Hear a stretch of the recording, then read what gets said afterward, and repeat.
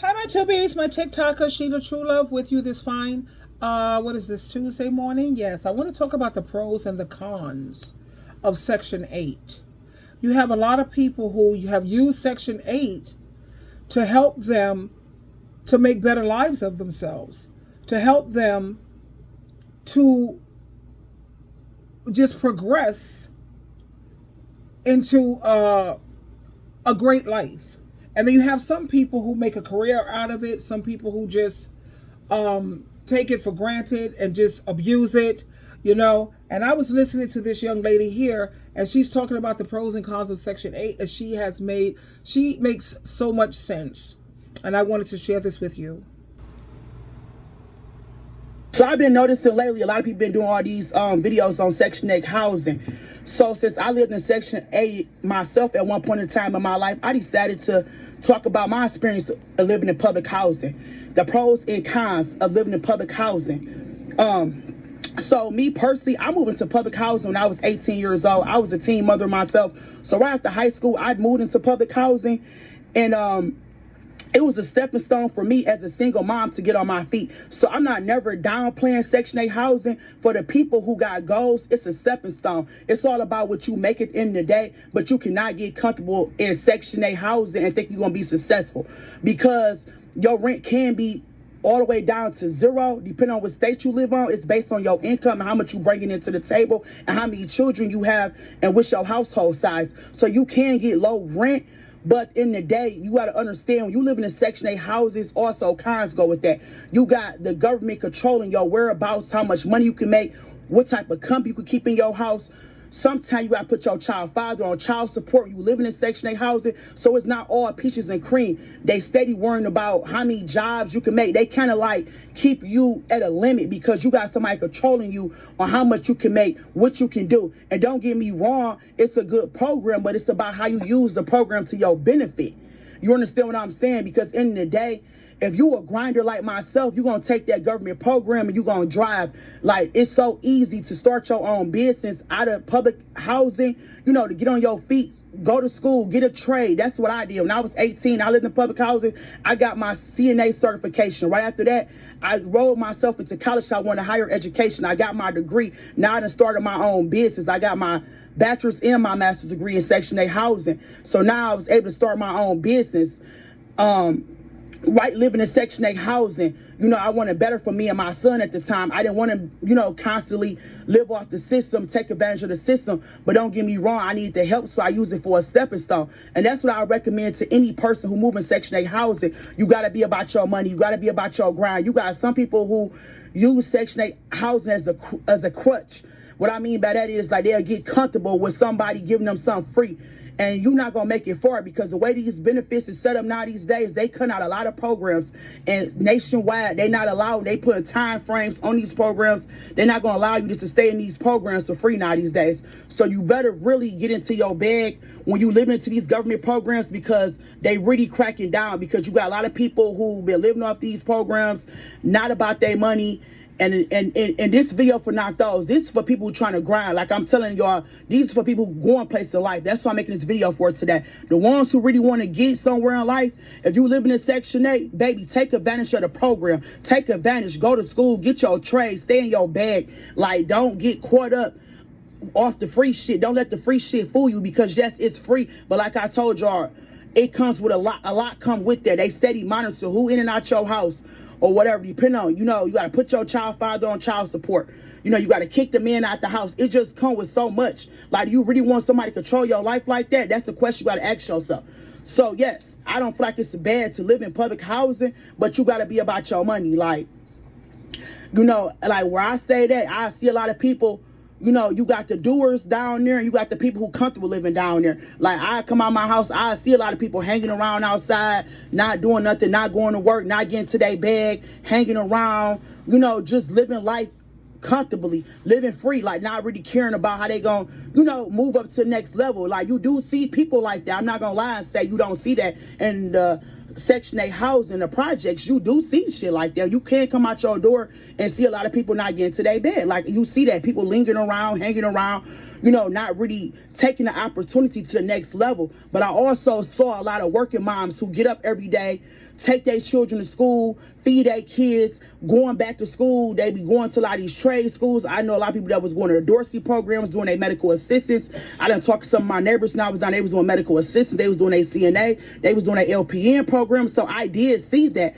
in the project housing. A lot of the single moms was getting to their bed, was taking care of their kids, was making sure their kids go back and forth to school, and was trying to better themselves. But I also, like I said, I saw people down there hanging around, just living free, love getting the free benefits, feel like they don't gotta work, not putting their best foot forward, partying all night, hanging around all night. I seen both worlds down there. So I'm just gonna say this. I'm not knocking Section 8 housing, government housing, but at the end of the day, it's all about what you make it. If you're going to get down there, you're going to get comfortable, or you're going to use the program to really make some of yourself.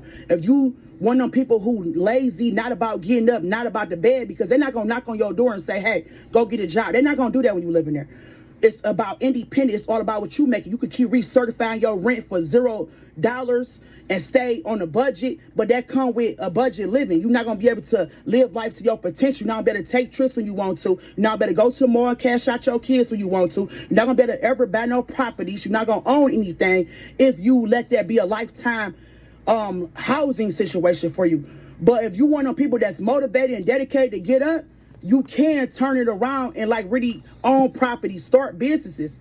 But again, like I said, ain't nobody about to knock on your door and say, hey, get up, go get a job. They're not going to do that because the rent is zero.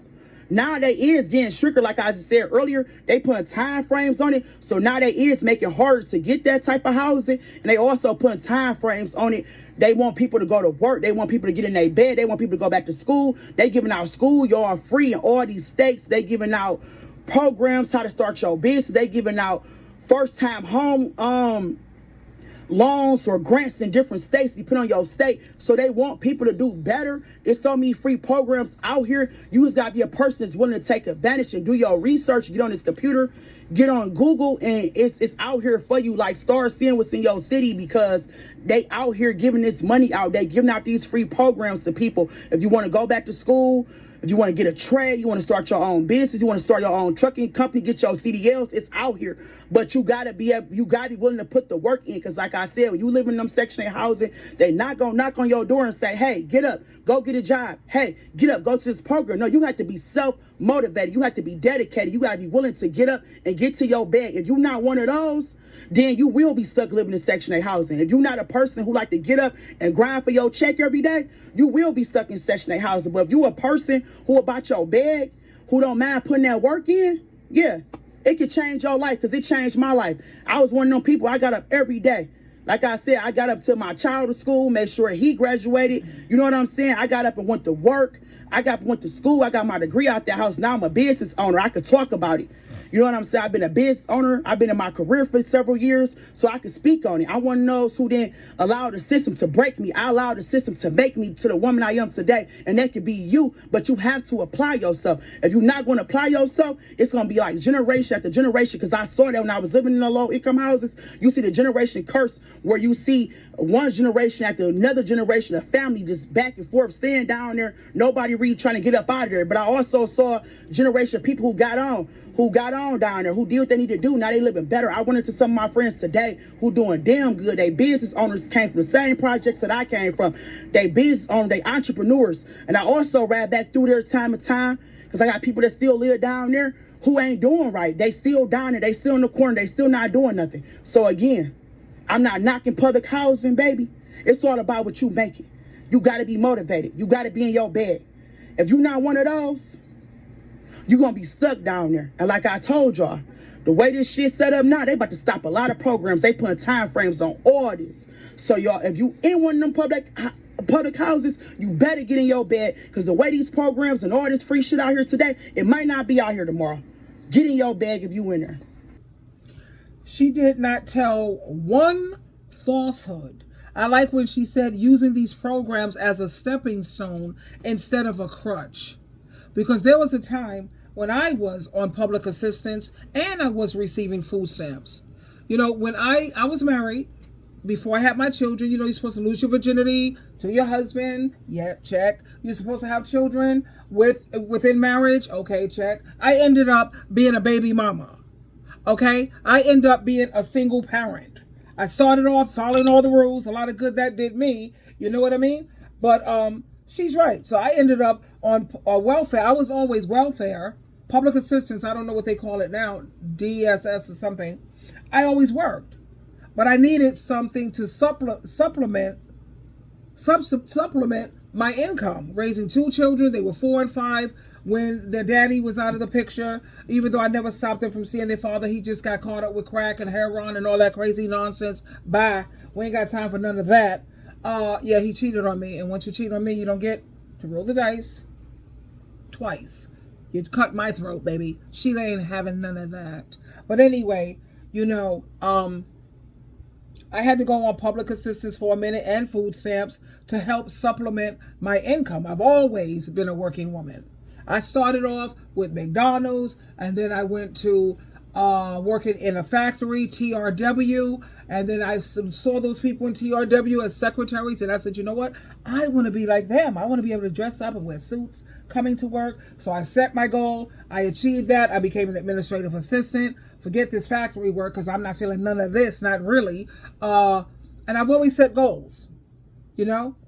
That's one of the secrets to my healthy self-esteem. You set goals, you achieve it. Set another goal, you achieve it. How can your self-esteem be in the toilet when you're, I say, a winner? Okay? And then after that, I worked with public relations as an executive assistant, working with the CEOs, CFOs of the company.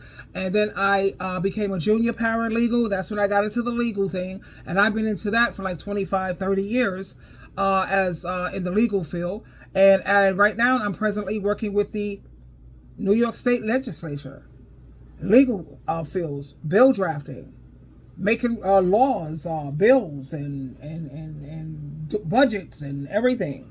But I had to, set goals to achieve it. Work my way off of welfare and food stamps. I had a mother who was always a worker. Even though she had to have welfare and food stamp supplement, my mother was a hard worker. She set an amazing example for me. And I know you have a lot of females who are not that fortunate. So you have to set these goals for yourself. You're an adult. You're in the driver's seat.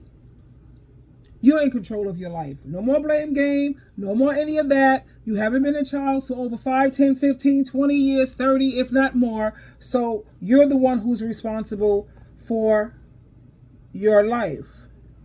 Okay, I'm sorry. I was trying to download something on that. So yeah, a lot of these women say, that they're reluctant to get off of Section 8 because one woman said she got a job and she was making $15 an hour, and her rent went from $300 to $1,200.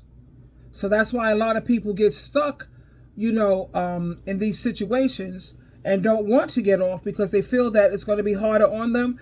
But honey, like she said, use this as a stepping stone instead of a crutch. I have to run for real. I said I was going to leave earlier, but I got to go.